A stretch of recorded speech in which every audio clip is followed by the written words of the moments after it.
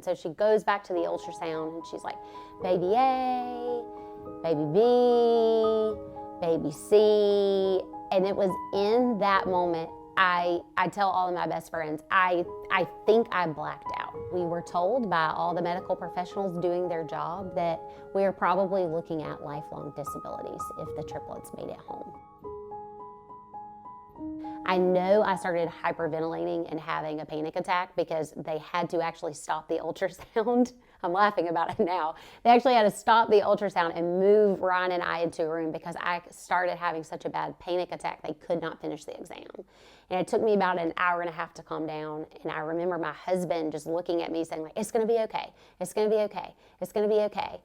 And think back to the amount of time it took me to get here, to turn this switch on that I was going to be a good mom, that I did deserve to have kids. I didn't want this. This isn't what I signed up for. And so lots of tears, lots of crying. I then called my mom, and my mom was like, I don't know what we're gonna do, but we're gonna figure it out. And I was like, okay. So my first month of pregnancy was I was sad.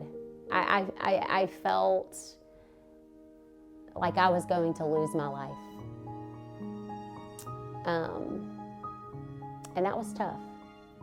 That was tough, that I knew that having triplets meant not just strapping on a baby and heading to church, and not just pushing a baby in a stroller and heading to the high school football game. This was me going to be leaving my career, me probably stopping my master's, me putting a pause on everything that I had personally started moving towards. This was going to be to the detriment of that. That's how I felt at that time. I remember the first time I got excited when I was pregnant, and it was around week 12. And that's still really early to be telling people, especially triplets, but I'm a petite person, and so by week 10 of my pregnancy, like, I couldn't button my pants. Like, people were already like kind of looking at me like, you know, hey, something's going on. And at week 12, I told my husband, I was like, I'm in maternity pants. We have to tell people. And so we started telling people, and that's when I started getting excited, when I saw how other people were excited for us.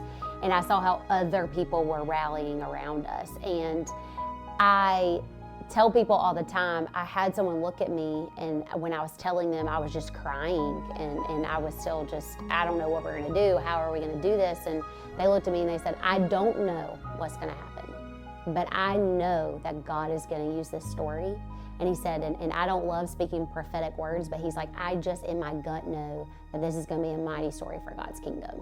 My husband and that at that time, almost 7 years ago, it was our choice whether we wanted to intervene to receive care. And we said yes. We said yes, that we wanted to do everything possible for them to make it home. And we were told by all the medical professionals doing their job that we are probably looking at lifelong disabilities if the triplets made it home.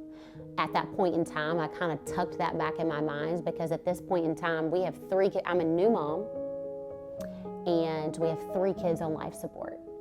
And when the triplets were born, I had a C-section. Ryan was holding my hand. We had 19 people in the operating room.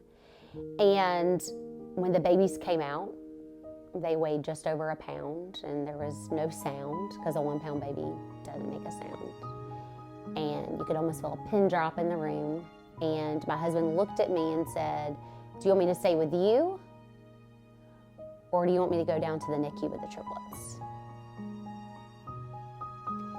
And it was in that moment I knew that I was the one that needed to be alone in that moment, that Ryan needed to go with the triplets, because honestly, I didn't want him to die alone. I didn't want them to not have experienced either their dad or their mom.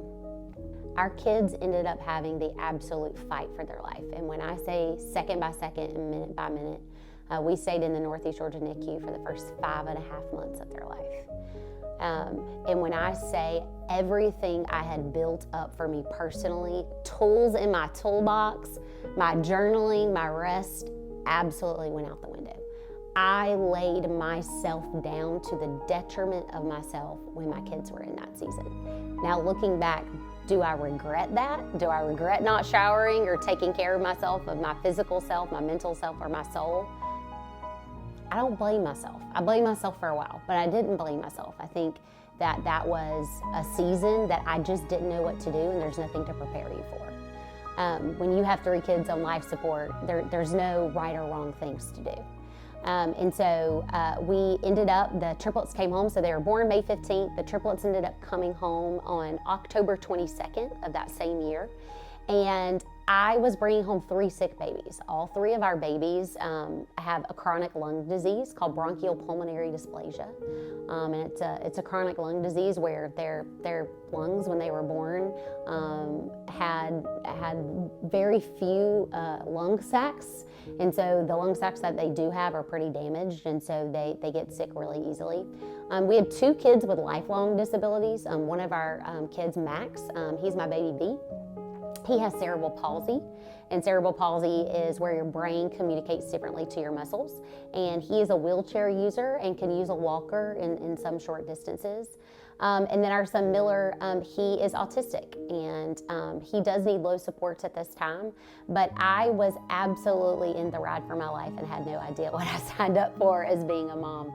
And our daughter Maggie has a medical journey all of her own, where she actually has a 10-millimeter shift in her brain hemispheres. And so we've undergone 2 procedures and 1 major brain surgery in Philadelphia to cut down on some intracranial pressure there. And so we're looking at probably another one of those surgeries when she's 8. But as of right now, her medical history, she's stable, her medical stuff is stable, and if you saw her running around, you would not even know she has the history she has. And I think that that is something that the Lord has taught me with my kids. If you looked at them right now, you would see them happy, healthy, parents that love them, a roof over their head, a great school. You would not know what it took to get them there.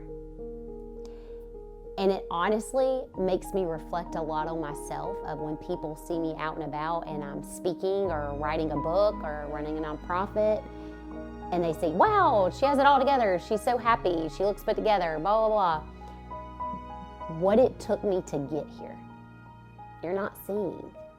You're not seeing what it took me to get here, to get in my car, to take my kids to school. You're not seeing the tantrum that my child on the spectrum threw that sent me into a tizzy because I don't feel like I'm a good mom, which then put me in the bed for four hours until my kids got home. That's what you're not seeing. You're not seeing what gets somebody there. And so I think it's so powerful in when you're sharing stories. When you're sharing stories in friendship, when you're sharing stories like you and I are here, there's so much behind a person that we don't know. And there's so much ahead of a person that we don't know. Maybe you're watching this and you're a mom juggling 3 kids.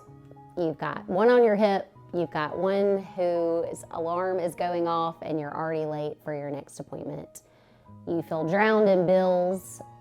Maybe that's you. But maybe you're also a mom that honestly feels like it's kind of easy, that you've hit your sweet spot, that everything just kind of seems to be coming and going in your life, and you don't know why other people are having such a hard time.